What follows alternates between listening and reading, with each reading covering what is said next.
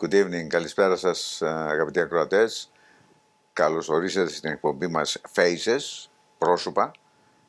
And I have to, before I go ahead with my guest, I have to say big thank you to our sponsor, Mr. Melisouris and Autumn Gardens and Anastasia Lodge. Thank you very much. And I have to keep it English this time, but you know, I have to welcome Dimitris Papazachariou. Ναι. Καλησπέρα. Καλησπέρα. Welcome. Thank you very much.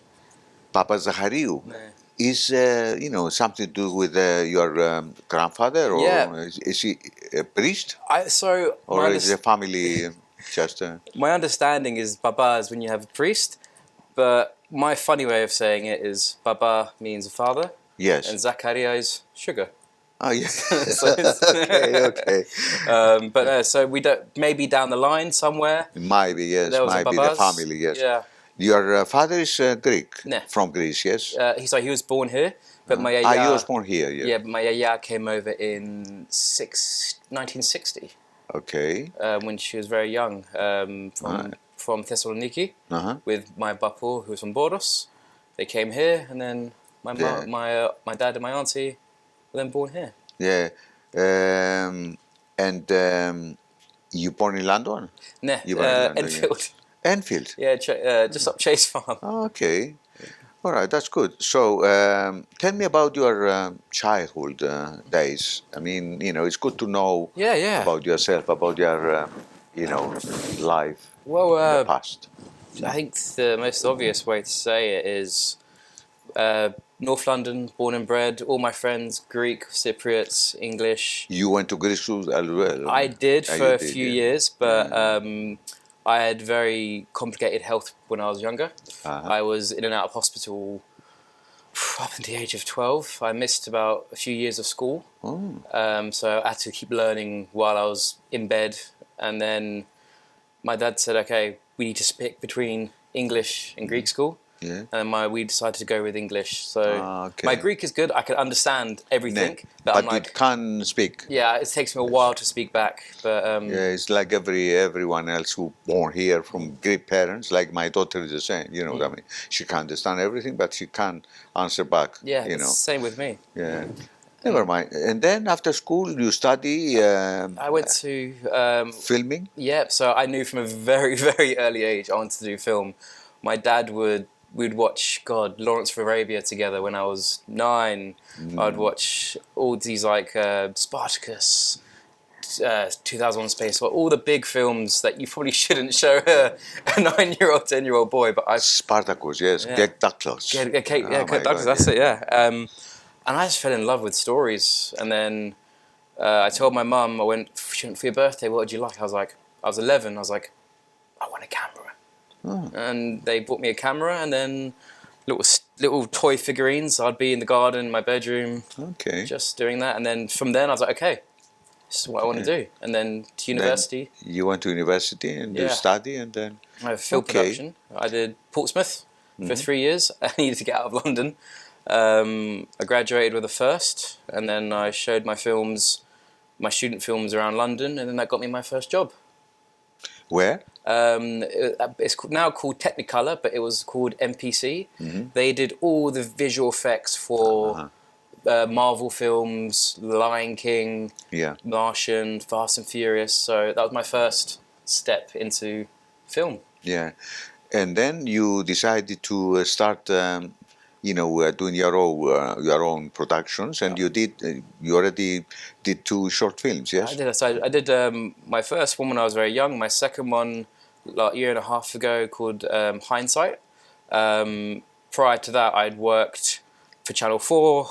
I worked at Google for a year. I was a cameraman for documentaries. And then one day I got a phone call from a agency saying, we want to start a films team. Do you want to come start with us? So I helped start a films team in a creative agency where we do advertising. And I've been there for 8 years. Now you're still there, I'm still there.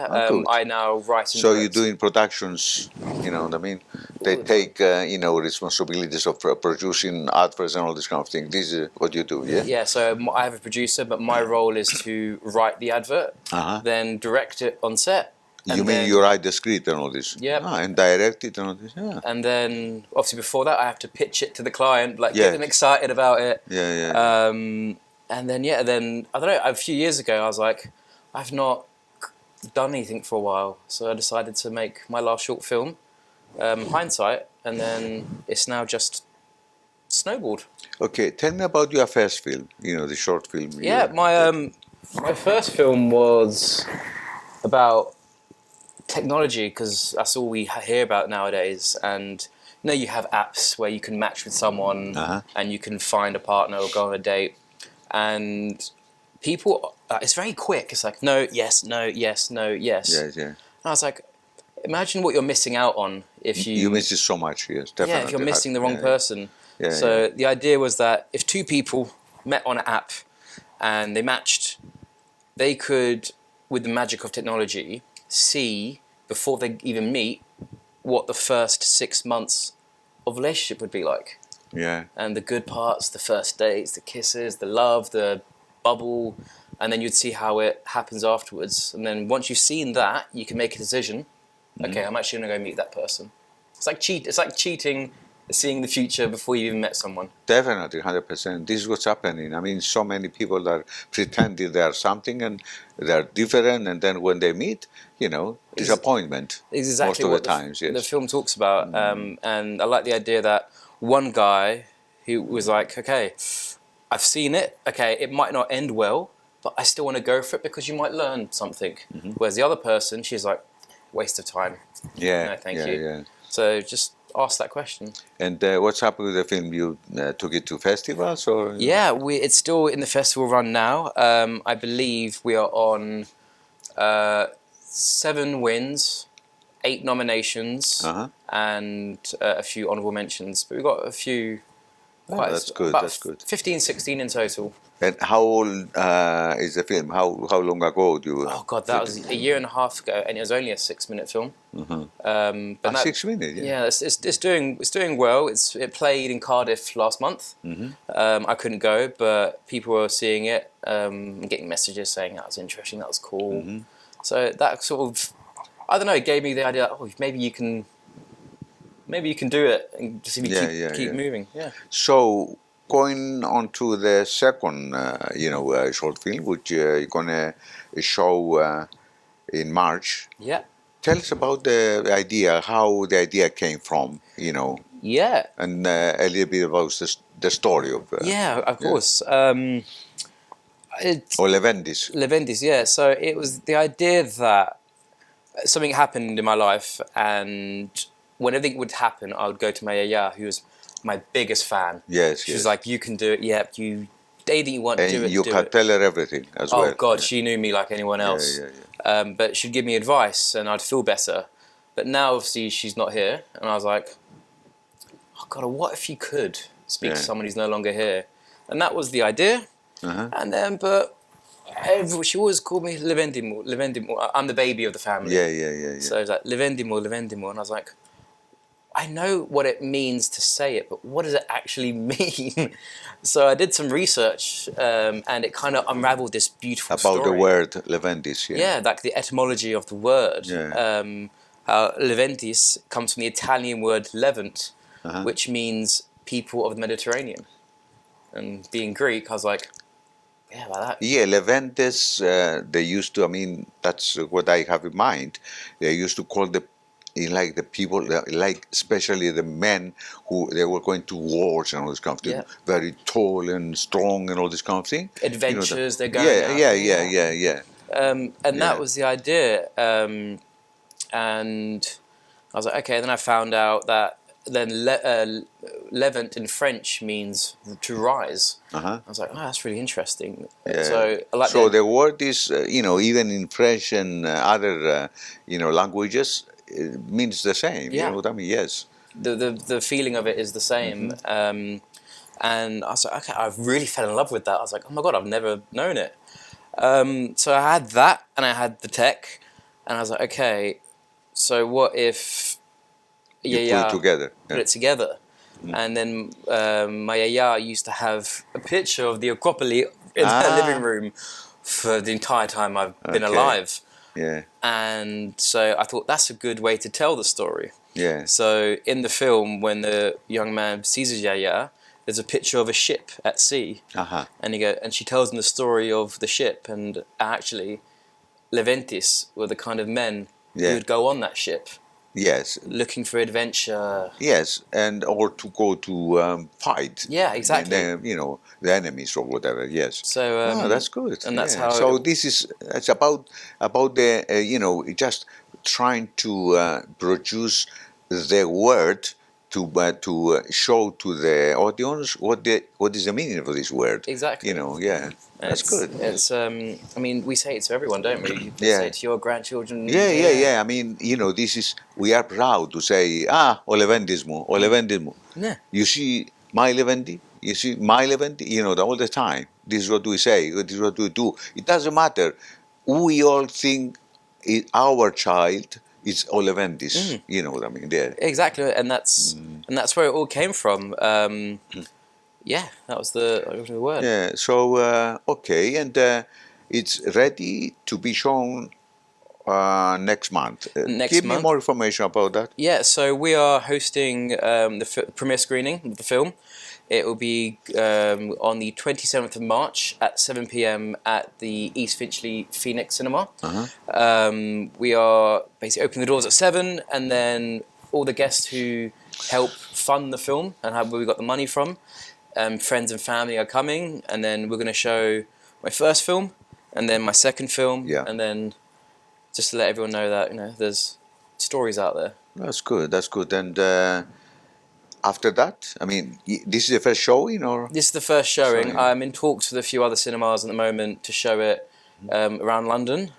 So it'll be showing, and then straight to festivals. I'll be going to festivals all around, try and get the word out there, and then work on the next one.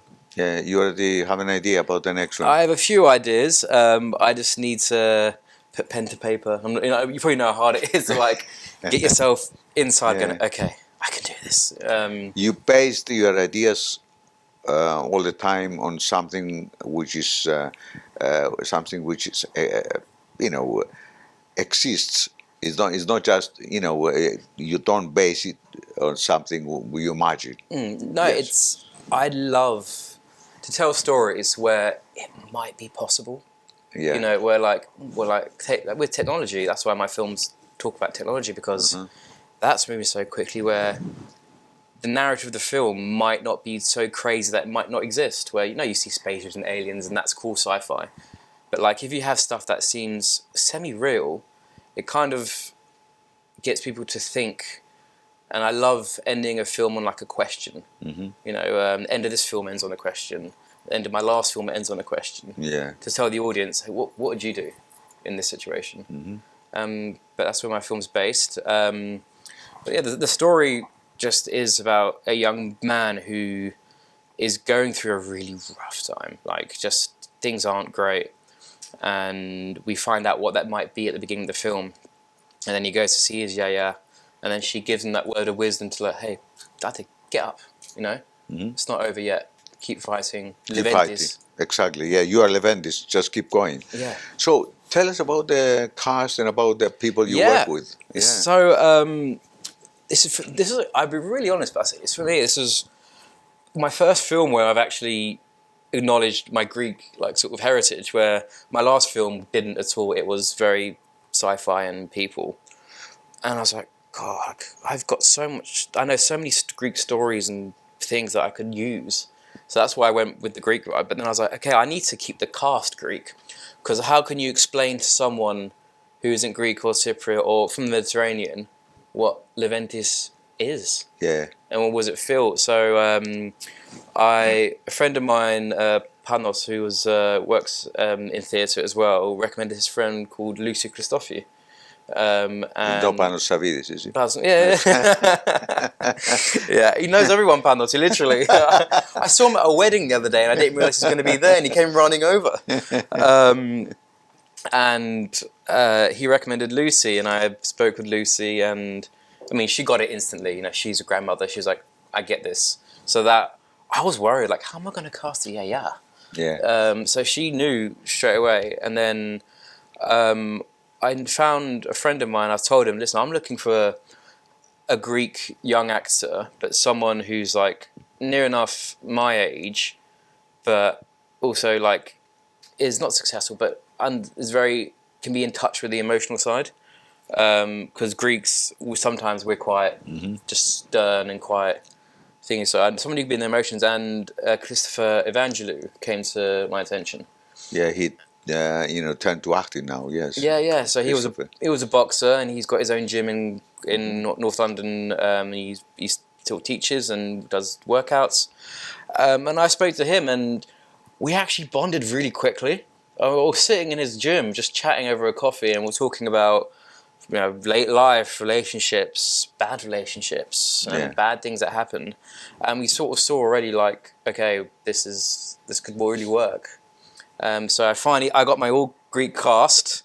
Everyone understood the idea and the brief, and it works. Like, normally on set, you're terrified because things aren't working, but I've never had it go so smooth.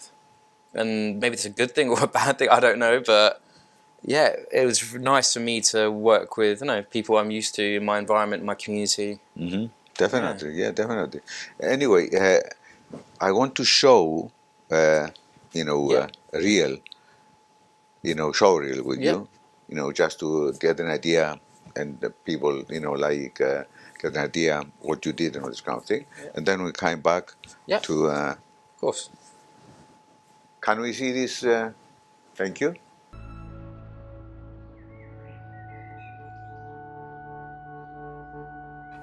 Hello, yeah. Hello? You're Danny? No, yeah, it's James. Why are you sitting in the dark?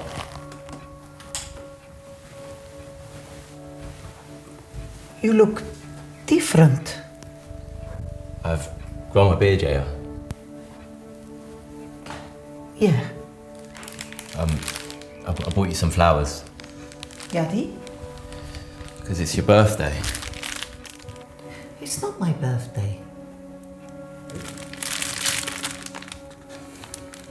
It is. How's your girlfriend? We're not together anymore. Why? She wasn't good.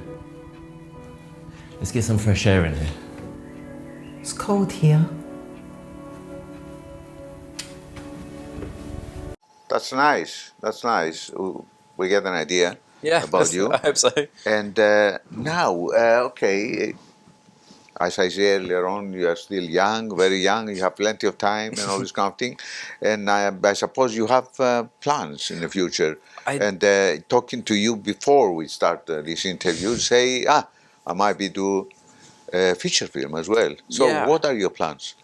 So I've decided the next 2 years I'm just going to keep making stuff. I want to write another short film. I want to write a play. A play? Yeah. And then a feature. This is like an adaptation. I love the story of the Count of Monte Cristo. Okay. And I want to make a feature film. But that might not be it. I need to sit down and write. But my plan is for the next 2 years is to do that, as much as possible. Short film, play, and a feature film. Everything. How about the play? Is that going to be a drama, comedy? What is it? I think it'd be a drama. I'm not very funny, Vasilis. I'm not very funny, even though my work colleagues like to think that I'm funny to laugh at, but no, I'm not that funny. No, it'd be a drama. I'm obsessed with drama and romance. Honestly, romance is one of my favorites. Romance and drama is fine, yes. I suppose, with a little bit of, you might be, just put a little bit of comedy. Yes, drama, romance, and a little bit of comedy is fine. So no one walks out crying. No, yes. Yeah, that's good. That's a very good idea, yeah. So I do love it. Romance. I think, I was talking about it earlier, like, especially for the Greeks, I think we're suckers for romance, and it's because we have all the stories from growing up, and I just want to sort of make a romance that could speak to a lot of people. Yeah, because you've been so many years in this, you know, industry. You studied, you've been working and all this kind of thing, 8 years and all this kind of thing. And I want just to ask you a question about the old films Oh yeah. and today's films. Yeah. How you, I mean, tell me your ideas. I mean, you know, old films, they were very different. Oh yes. And now technology make them, I don't know, like you watch something, this is my idea. You watch something nowadays and you think, it's technology. You know what I mean? And you don't see the acting that you used to. You understand what I mean? Because, tell me your ideas. Your idea. Yeah. I love all, because my favourite film is Casablanca. That's my favourite film. Humphrey Bogart, Ingrid Bergman. But I think the difference, what's happening is, the reason acting was front and centre in the older films, because you didn't have the ability to show too much what's going in the background, be it VFX or these magical worlds. Yes. So now it's moving more towards where we can actually create these amazing worlds where we see these amazing things, but the acting's got a bit smaller. I think, and people's attention spans aren't what they used to be anymore. You could go watch a 2.5-hour film. Now, most take Marvel, hour and a half, hour and 50 minutes. Only a few films now are above 2 hours. So I think it's attention span, and it's the world we can create in films has got bigger. So the acting, I think, naturally gets smaller. But that's not always true, because there are some films where the acting, like take Oppenheimer recently. Yeah. Acting was spectacular. Yeah. But I think it's about striking a balance. You can either show someone the emotion in a film with an acting, or you can show this amazing world with CGI and technology and big world. But if you meet it in the middle, where you can show them that amazing world but still keep the audience, just really feeling the characters, then you've struck gold. I think that's the balance right now. Sometimes we're too much this way and not enough this way. If it was, I mean, your feature film ready, and you have the script, you have everything, and all this, you have the money, and you have to cast an actor, an old actor and a young actor. Which one? From the famous people, the famous actors. God. Yes. How old are you talking? Because my memory goes... Talking about 70 years old or 70? whatever. That's a really good question. Yeah. I think, like, you can go down the routes of the typical De Niro, Al Pacino, which are the big ones. First name, this is what I was going to expect to hear. Yeah. Robert De Niro. I mean, I saw him, in many films, so many films, and I never forget his acting. And now he was nominated for Killer the Flower Moon. Yeah. He didn't get the BAFTAs, but he might be get the Oscar. Yeah, you never know. I think it's. I've watched an interview with him, and he wants to slow down, but he wants to make just one-off pieces now. But they're the big ones. But how about the young actor? I mean, from young ones. Yeah, young actors now. I really like. Robert Pattinson. Oh yeah. He did the Batman. I think he's got the potential to be like potential. Like I'm anyone special. He's only going up. His acting's great. And then, I think him definitely. There's lots of people nowadays. I think it's got very broad, the talent is huge now. Back definitely. then we had a few select stars, but now it's like a list of people. Exactly. Yes. So before we finish our conversation, I want to remind us about the showing of the film again. Where and time and all this kind of thing, and is a cinema full? I mean, is it booked already, or we are absolutely packed with. So it's at the 27th of March in the Phoenix Cinema in East Finchley at 7:00. there are 250 seats, and we've now filled up to 225. But before then, we will fill the rest. So it looks like we're going to have a full cinema for the screening. If our audience wanted to, one or two people, they wanted to come, can they book tickets, or is it possible? Or? We're not really doing bookings, but if people really want to come, they could just contact us and let us know. And like all events, some people drop out, but we will happily try and make the room. I myself won't be taking a seat. I'm going to let the lights go down, and then I'm at the back of the room waiting for it all to be over. Okay, right. Okay, and a message to young, students.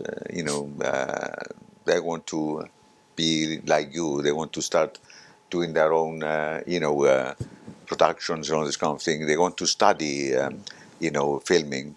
What is your message for them? Just pick up your phone. It's got a camera on it. Just make a few bits yourself. Work out what kind of stories you like telling. You can study if you really want to, but you don't have to. But it's just, if you've got the passion for it, no matter what you have, a small camera, big camera, if it's just you or the few friends, make something, and the more you make, the more you learn. The more you learn, the better you become as a storyteller, and that way, in the end, you can tell your stories how you want to tell them. That's good. Thank you very much. Oh, thank you so much. Thank you for, absolute pleasure. being here with us tonight, and I wish you all the best with the future. Definitely. Thank you very much. And with what you have in mind, the short film, another short film, play, and a feature film. Hopefully. Yes, and looking forward to watch the film. Thank you. I'm looking forward to you being there. And Thank you very much. Thank you very much. And I'd like to say a big thank you to our sponsors again, Mr. Melis Ouris, and to the family, and Autumn Gardens and Anastasia Lodge. Thank you very much, and thank you for watching. Me and you, we be together again next Sunday with another face or faces.